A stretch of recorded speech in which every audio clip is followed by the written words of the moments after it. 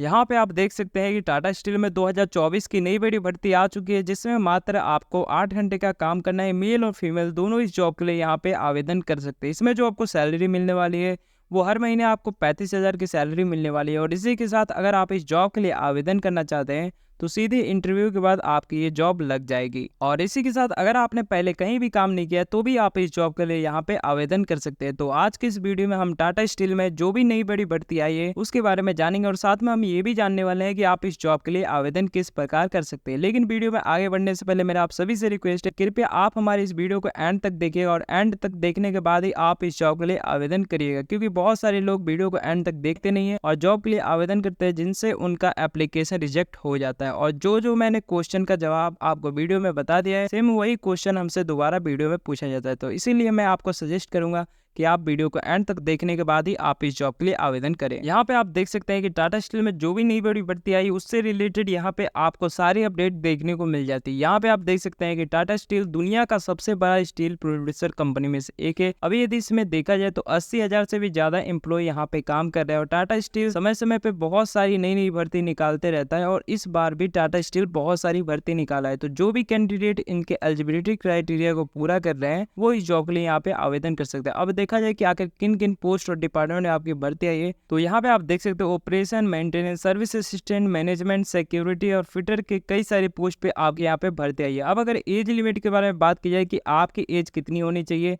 तो यहाँ पे आप इस जॉब के लिए आवेदन करने के लिए आपकी एज 18 से 42 ईयर के बीच में होनी चाहिए। इसके अलावा अगर आपके पास MBA, BE, BTech, diploma, 12th और ग्रेजुएट कैंडिडेट है आप, तो ही आप इस जॉब के लिए यहाँ पे आवेदन कर सकते हैं। अब पे स्केल के बारे में देखा जाए तो यहाँ पे आप देख सकते हैं कि 21,000 से लेकर आपको 1 लाख की हर मंथ की यहाँ पे सैलरी मिलने वाली है। सिलेक्शन प्रोसेस के बारे में देखा जाए, यानी कि आपका इस जॉब में किस प्रकार सिलेक्शन होने वाला है, तो यहाँ पे आप देख सकते हैं सबसे पहले आपको इस जॉब के लिए आवेदन करना है, फिर उसके बाद आपका इंटरव्यू होगा, और इंटरव्यू के बाद आपका डॉक्यूमेंट वेरिफिकेशन होता है, और डॉक्यूमेंट वेरिफिकेशन के बाद ही आपका फाइनल सिलेक्शन होता है। यहाँ पे आपसे 1 भी रुपए का एप्लीकेशन फीस नहीं लिया जाता है। चाहे आप जनरल, OBC, EWS या किसी भी कैटेगरी के लोग हैं, आपसे 1 भी रुपए यहाँ पे नहीं लिया जाता है। यानी कि आप इस जॉब के लिए बिल्कुल फ्री में ऑनलाइन आवेदन कर सकते हैं। इसके अलावा यहाँ पे देखा जाए कि आखिर इस जॉब के लिए कौन कौन आवेदन कर सकता है, तो यहाँ पे आप देख सकते हैं ऑल ओवर इंडिया के मेल और फीमेल कैंडिडेट दोनों इस जॉब के लिए यहाँ पे आवेदन कर सकते हैं। यहाँ पे कुछ इंपोर्टेंट डेट के बारे में बताया गया है कि 5 मई से आपका ये एप्लीकेशन चालू हो रहा है,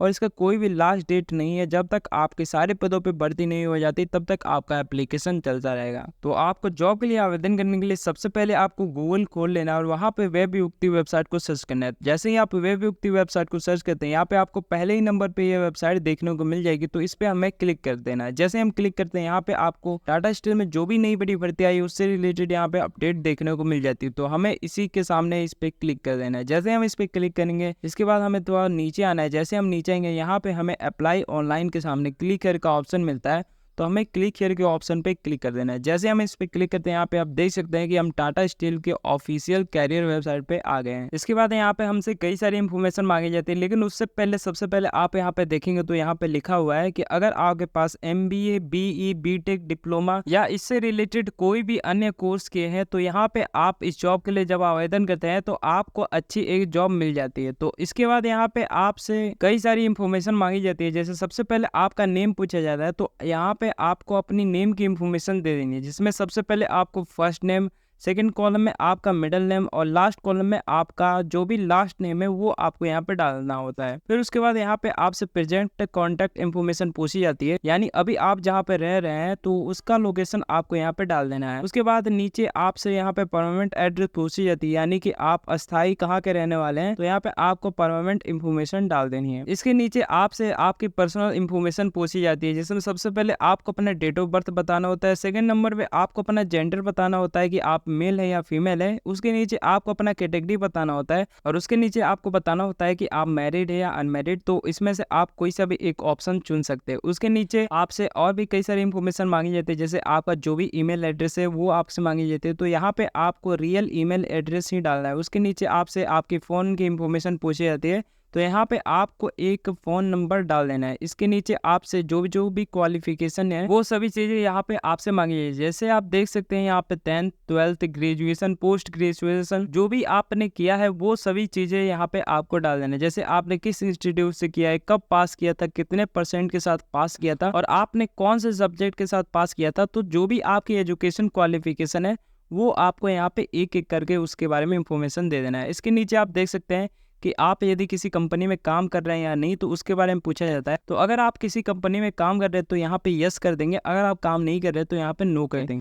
और कंपनी से रिलेटेड यहाँ पे कई सारे एक्सपीरियंस के बारे में पूछा जाता है, तो यहाँ पे आपको उसके बारे में बता देना है। इसके अलावा यहाँ पे एक पूछा जाता है विलिंग टू रीलोकेट, यानी आप जॉब के सिलसिले में कहीं पे रीलोकेट होना चाहते हैं या नहीं, तो आपको यहाँ पे यस चुनना है, क्योंकि यस यदि आप चुनते हैं तो आपको जॉब में बहुत ही ज़्यादा प्रेफरेंसेस मिलती है। इसके बाद यहाँ पे आपसे और भी कई सारी इन्फॉर्मेशन मांगी जाती है, तो एक एक करके आपको सभी इन्फॉर्मेशन भर देनी है। और सारी इन्फॉर्मेशन भरने के बाद यहाँ पे आपको जो भी CV है वो अपलोड करने को कहा जाता है। तो यहाँ पे आपको एक CV अपलोड कर देना है। और यदि आप कोई एडिशनल डॉक्यूमेंट भी अपलोड करना चाहे तो यहाँ पे अपलोड करके यहाँ पे आपको कैप्चा भरना है, और कैप्चा भरने के बाद आपको सबमिट के बटन पे क्लिक कर देना है। इसके बाद देख सकते हैं कि हमारा इस जॉब एप्लीकेशन के लिए जो भी फॉर्म है वो सबमिट हो गया है, और जो भी टाटा स्टील की HR टीम होगी वो हमें फ़ोन नंबर या ईमेल एड्रेस के थ्रू कॉन्टैक्ट करेगी और हमारा इंटरव्यू लेके हमको जॉब प्रोवाइड करा देती है। तो इस प्रकार आप भी टाटा स्टील में जॉब के लिए अप्लाई कर सकते हैं, और जैसे ही आपका एप्लीकेशन उनके HR टीम को मिल जाता है वो आपका इंटरव्यू लेके आपको जॉब प्रोवाइड करा देती है। तो इस प्रकार आप टाटा स्टील में जॉब पा सकते हैं।